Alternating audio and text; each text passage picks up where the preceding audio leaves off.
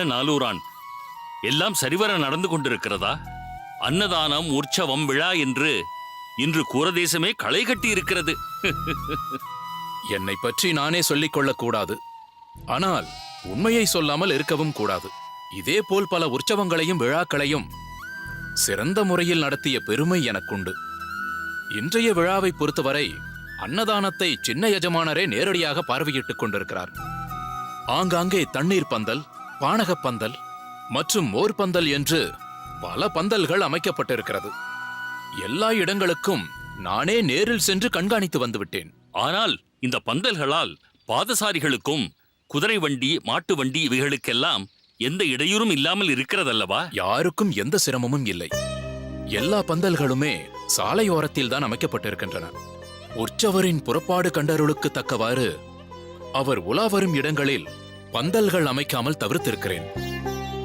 இது ஒரு புறம் இருக்க, மன்னரின் காவலாளிகள் இளைப்பாறுவதற்கு தக்க சௌகரியங்கள் ஏற்படுத்தியிருக்கிறேன். அவர்களுக்கென தனி பந்தல்களும் அமைக்கப்பட்டிருக்கிறது. ரகுநாத பட்டரிடம் எல்லாம் விவரமாக சொல்லிவிட்டாயா? அவர் புதியவர். இங்குள்ள வழக்கங்களும் சம்பிரதாயங்களும் அவருக்கு பழக்கம் இல்லாததாக இருக்கலாம். நேற்று இரவே அவர் அகத்திற்கு சென்று என்னவெல்லாம் செய்ய வேண்டும், எப்பொழுது செய்ய வேண்டும், எப்படி எப்படி செய்ய வேண்டும், எல்லாவற்றையும் விரிவாக எடுத்துச் சொல்லிவிட்டேன்.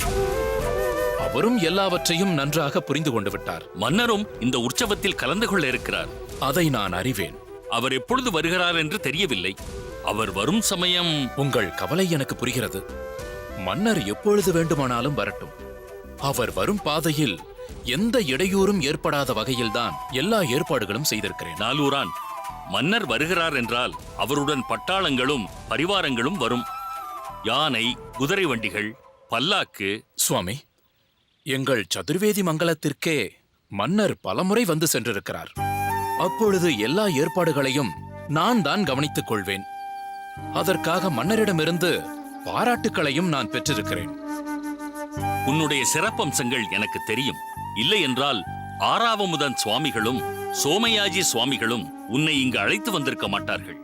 பொதுவாகவே இதை போன்ற விழாக்களிலும் உற்சவங்களிலும் அது நடந்து முடியும் வரை ஒரு தவிப்பும் பரபரப்பும் இருக்கத்தான் செய்யும். அதை தவிர்க்க இயலாது. உங்கள் கவலை எனக்கு புரிகிறது. ஏனென்றால் எல்லாமே உங்கள் தலைமையில்தானே நடக்கிறது. எங்காவது ஏதாவது சிறு பிழை அல்லது தவறு நடந்தாலும் நீங்கள் தான் பொறுப்பேற்க வேண்டும். ஆனால் அப்படி எதுவும் நடக்காது. நிம்மதியாக இருக்கலாம். இதற்கு முன் பெரிய அளவில் நடந்ததென்று பார்த்தால் கூரேசன் குணமடைந்ததும் ஒரு அன்னதானம் நடத்தினோம், அவ்வளவே. ஆனால் இன்றோ அன்னதானம், உற்சவம், திருவிழா என்று எல்லாமே ஒரே நாளில் நடக்கிறது. மன்னர் கலந்து கொள்ளும் உற்சவம் வேறு. ஏதோ கூரேசனும் நீயும் இருக்கிறீர்கள் என்றுதான் இந்த ஏற்பாட்டை எல்லாம் செய்தேன். இந்த வைபவம் நடந்து முடிந்ததும் கட்டாயமாக வானப்பிரஸ்தம் மேற்கொள்வதென்று தீர்மானித்துள்ளேன். நமஸ்காரம் நாலூரான். நமஸ்காரம். என்ன நாலூரான், எங்களை தெரியவில்லையா? ஊர் விட்டு ஊர் வந்ததால் எங்களை மறந்து விட்டீர்கள் போலிருக்கிறது. நான் மோகனரங்கன், இவர் முரளிதரன். சேந்தமங்கலத்திலிருந்து வருகிறோம். நீங்களா? பார்த்திருக்கிறேன். சதுர்வேதி மங்கலத்தில் நடக்கும் ஒரு உற்சவம் தவறாமல் எல்லா உற்சவத்திற்கும் வந்து விடுவீர்கள் அல்லவா? இப்போதுதான் எல்லாம் தெளிவாக நினைவிற்கு வருகிறது. ஆமாம், எங்கு பெருமாளுக்கு உற்சவம் நடந்தாலும் அதை தெரிந்து கொண்டு அங்கு வந்து விடுவோம். இவர்தான் கூரத்து பண்ணையின் பெரிய எஜமானர். நமஸ்காரம். நமஸ்காரம். சின்ன எஜமானர் கூரேசர் அவர்களை பற்றி கேள்விப்பட்டிருப்பீர்கள். அவருடைய தகப்பனார்தான் இவர். கூரேசனின் தந்தையா இவர்? கூரேசனை பற்றியும் கேள்விப்பட்டிருக்கிறோம், உங்களை பற்றியும் கேள்விப்பட்டிருக்கிறோம். என்னை பற்றி நீங்கள் கேள்விப்பட்டிருக்கிறீர்கள் என்றால் அதற்கு காரணம் என் மகன் கூரேசன் தான். இதில் நான் பெருமைப்படுவதற்கு எதுவும் இல்லை. திக்கெட்டும் கூரேசன் செய்யும் சேவைகள், அன்னதானங்கள், நடத்தும் பாசுர பாடசாலைகள், இவைதான் காரணம். உங்கள் மகனை நினைத்து நீங்கள் பெருமைப்படலாம். ஆனால் எங்களுக்கோ அவரை ஏன் சந்தித்தோம் என்றாகிவிட்டது. ஏன் அப்படி சொல்கிறீர்கள்? நீங்கள் சொல்வது அனைத்தும் அவர் செய்ததாகவே வைத்துக் கொள்வோம். இப்பொழுது கூட அன்னதான மண்டபத்தில் அவரை பார்த்தோம். என்ன செய்து என்ன பயன்? ஆதிகேசவனை சேவிக்க வேண்டும் என்ற எண்ணம் அவரிடம் துளி கூட இல்லையே. என்ன சொல்கிறீர்கள்? சற்றும் புரியும்படி சொல்லுங்கள். நீங்கள் இந்த அன்னதானம் மற்றும் இதர சேவைகள் செய்வதில் அடிப்படை நோக்கம் என்ன? எல்லோரும் பகவானை நினைக்க வேண்டும், அவர் திருவடி சேர வேண்டும் என்பதுதானே. ஆனால் உங்கள் மகனோ அதற்கு அவகாசம் இல்லை என்கிறார். சுவாமி, அது எப்போதுமே அப்படித்தான். திருமலையில் இருப்பவனுக்கு திருமலையானின் மகிமை தெரியாது. நாம் எல்லோரும் வெவ்வேறு ஊர்களிலிருந்தும் வெவ்வேறு தேசத்திலிருந்தும் ஆதிகேசவனை சேவிப்பதற்காக வருகிறோம். இவர்களோ உள்ளூரில் இருந்து கொண்டு அவகாசம் இல்லை என்கிறார்கள். நீங்கள் செய்யும் இந்த அன்னதானத்தில் அன்போ அக்கறையோ இருப்பதாக எதுவும் தெரியவில்லை. ஆத்மார்த்தமாக எங்களுக்கு செய்வதாக இருந்தால் முதலில் பெருமாளை சேவித்து விட்டு வந்திருக்க வேண்டும். போதும், நிறுத்துங்கள். எங்கள் எஜமானர்களை பற்றி உங்களுக்கு என்ன தெரியும்? இப்போதுதான் அவர்களை பார்க்கிறீர்கள், உடனே வாய்க்கு வந்தபடி பேசுகிறீர்கள்.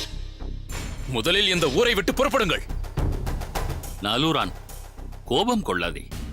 அவர்கள் மனதில் தோன்றியதை சொல்கிறார்கள். அதற்குண்டான உரிமை அவர்களுக்கு இருக்கிறது. நீங்கள் சொன்ன அனைத்தையும் மனதில் வாங்கிக் கொண்டு விட்டேன். கூரேசனிடமும் இதை பற்றி சொல்கிறேன். நீங்கள் பிரசாதம் பெற்றுக் கொண்டீர்களா? அதெல்லாம் பெற்றுக்கொண்டோம். வேறு ஏதாவது ஏற்பாடு சௌகரியங்கள் செய்து கொடுக்க வேண்டுமா? அதெல்லாம் தேவையில்லை. எங்கள் தேவைகளை நாங்கள் பார்த்துக் கொள்கிறோம். நாங்கள் வந்திருப்பது உற்சவரை தரிசிப்பதற்கு.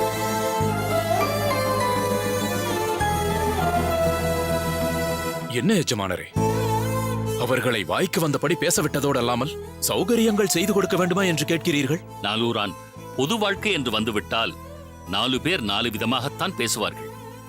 எல்லோரும் எல்லோருக்கும் நல்லவர்களாக இருக்க முடியாது. அதேபோல் எல்லோரும் நம்மை பாராட்டிக் கொண்டிருக்க வேண்டும் என்று நாம் எதிர்பார்க்கவும் கூடாது. இப்பொழுது வந்து போனவர்கள் அவர்களுடைய கருத்தை, அபிப்பிராயத்தை சொன்னார்கள். அதை கேட்டு நாம் கோபப்பட்டோம் என்றால் நாம் தோற்றவர்கள் ஆகிவிடுகிறோம். நாலூரான், சில விஷயங்களை தவிர்ப்பதுதான் நல்லது. அதுதான் விவேகிகளுக்கும் பக்குவப்பட்டவர்களுக்கும் உண்டான குணாதிசயம். ஒருவன் நம்மை 3-4 முறை குறை சொல்லட்டும், ஏசட்டும், நாம் அமைதி காத்தோம் என்றால் அவனே அடங்கி விடுவான். இல்லை எஜமானரே, இவர்களை பற்றி எனக்கு நன்றாக தெரியும். எங்கு சென்றாலும் மற்றவர்களை தூஷிப்பதும் இழிவுபடுத்துவதும் தான் இவர்களுடைய வழக்கம். அதுதான் தெரிந்து வைத்திருக்கிறாயே, பின் என்ன? அது அவர்கள் சுபாவம் என்று விட்டுவிட வேண்டியதானே. இருந்தாலும் சின்ன எஜமானரை பற்றி கண்டபடி பேசியது எனக்கு பொறுக்கவில்லை. இதோ பார் நாலூரான், நமக்கோ தலைக்கு மேல் வேலை இருக்கிறது. இப்பொழுது வந்து சென்றவர்களை பற்றி விவாதித்து நம் நேரத்தை வீணாக்க வேண்டாம். சில கேள்விகளுக்கு பதில் தானாகவே கிடைக்கும். நீ புறப்படு. உன் மேற்பார்வை பணியில் கவனம் செலுத்து.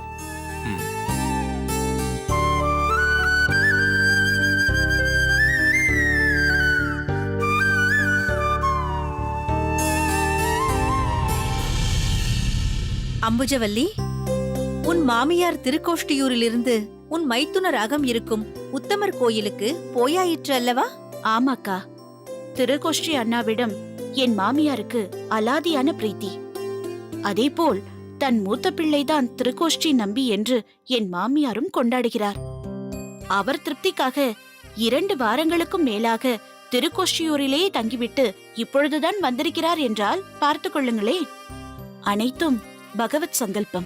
பகவத் சங்கல்பம் என்றும் சொல்லலாம், நம் ஆச்சாரியரின் அருளாசிகள் என்றும் சொல்லலாம்.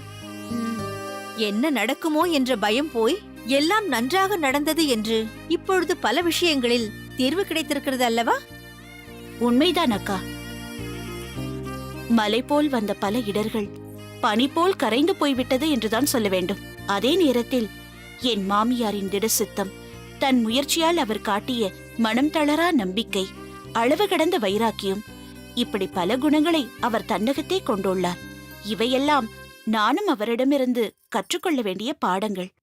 மொத்தத்தில் என் மாமியாரின் தன்னம்பிக்கை சற்றும் தளரவில்லை அக்கா. ஆனால் எனக்கென்ன தோன்றுகிறது தெரியுமா அம்புஜவல்லி? உங்கள் அனைவரது குடும்பத்திலும் நிலவி இருந்த சில அசாதாரணமான சூழ்நிலைகளை கேள்விப்பட்டு ஆச்சாரியரே அந்த அரங்கனை வேண்டி ஒரு நல்ல தீர்வை யாசித்திருப்பார்.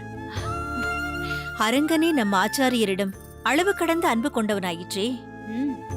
உடனே ஒரு சங்கல்ப மாத்திரத்தில் அனைத்து பிரச்சனைகளுக்கும் தீர்வை ஏற்படுத்திவிட்டான் அந்த அரங்கன்.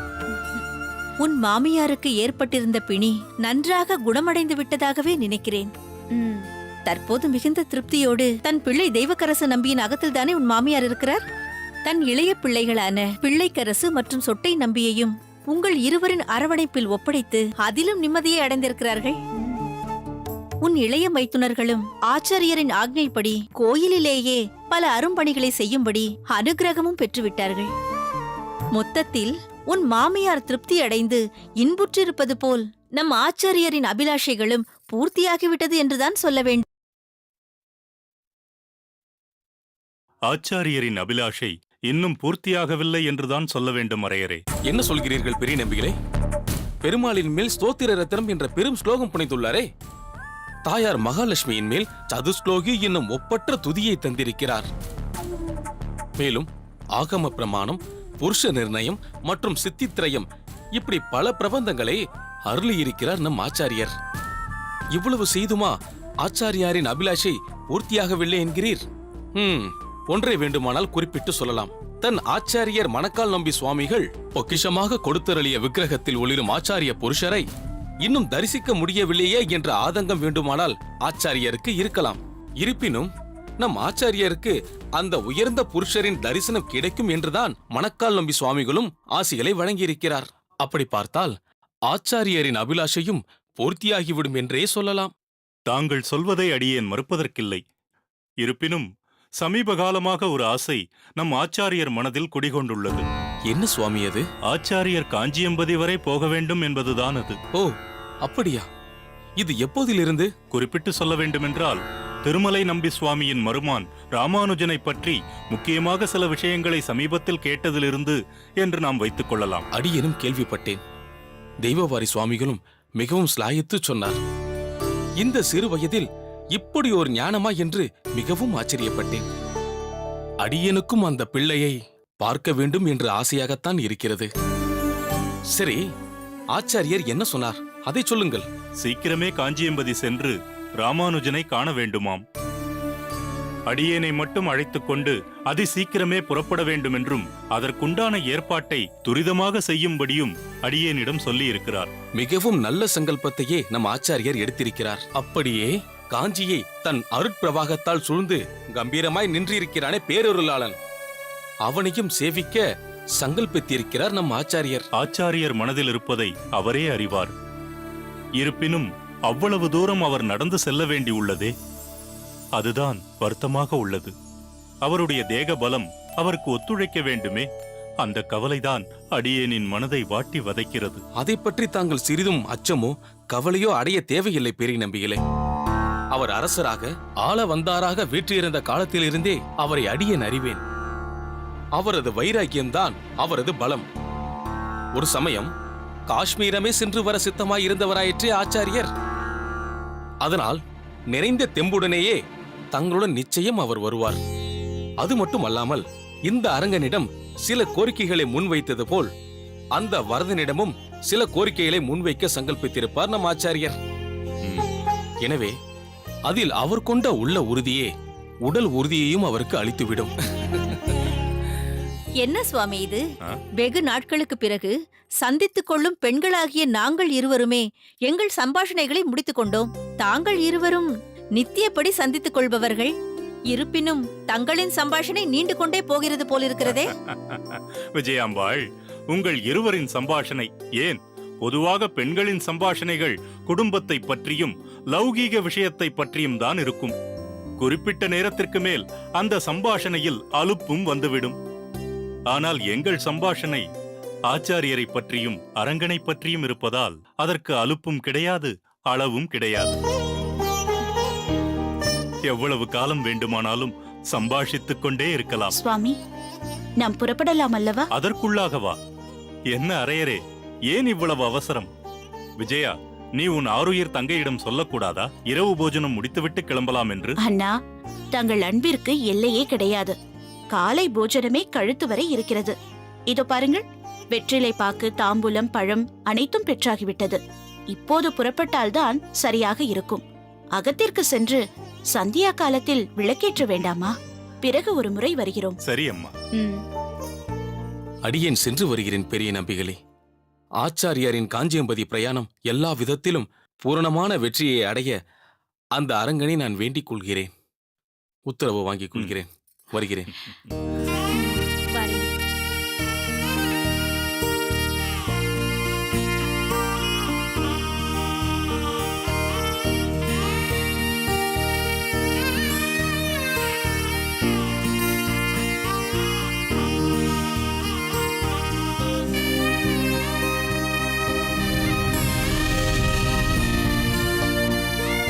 வேறு யாருக்காவது கொடுப்பதற்கு பதில் மாப்பிள்ளைக்கு கொடுப்பதே சிறப்பல்லவா? நீங்கள் சொல்வது சரி என்று வைத்துக் கொண்டாலும், இந்த ஏற்பாட்டை நான் ஏற்றுக்கொண்டாலும் ராமானுஜனுக்கு இது ஒரு கூடுதல் சுமையாக இருக்கும். ஐயா, நான் ஒன்று சொல்கிறேன். அதாவது பார்த்தீங்கன்னா, நாங்கள் என்னைக்குமே பார்த்தீங்கன்னா ஆண்ட்ராய்டு ஃபோனை ஆஃப் பண்ணாமல் எனி டைம் ஆனில் தான் வச்சுருப்போம். இதுவே யாருக்காவது ஆபத்துன்னு வந்து வச்சுக்கிங்க, சும்மா ஹாலிவுட்டில் வர்ற அர்னால்டு மாதிரி சும்மா தெறிக்க விட்டுருவோம்ல.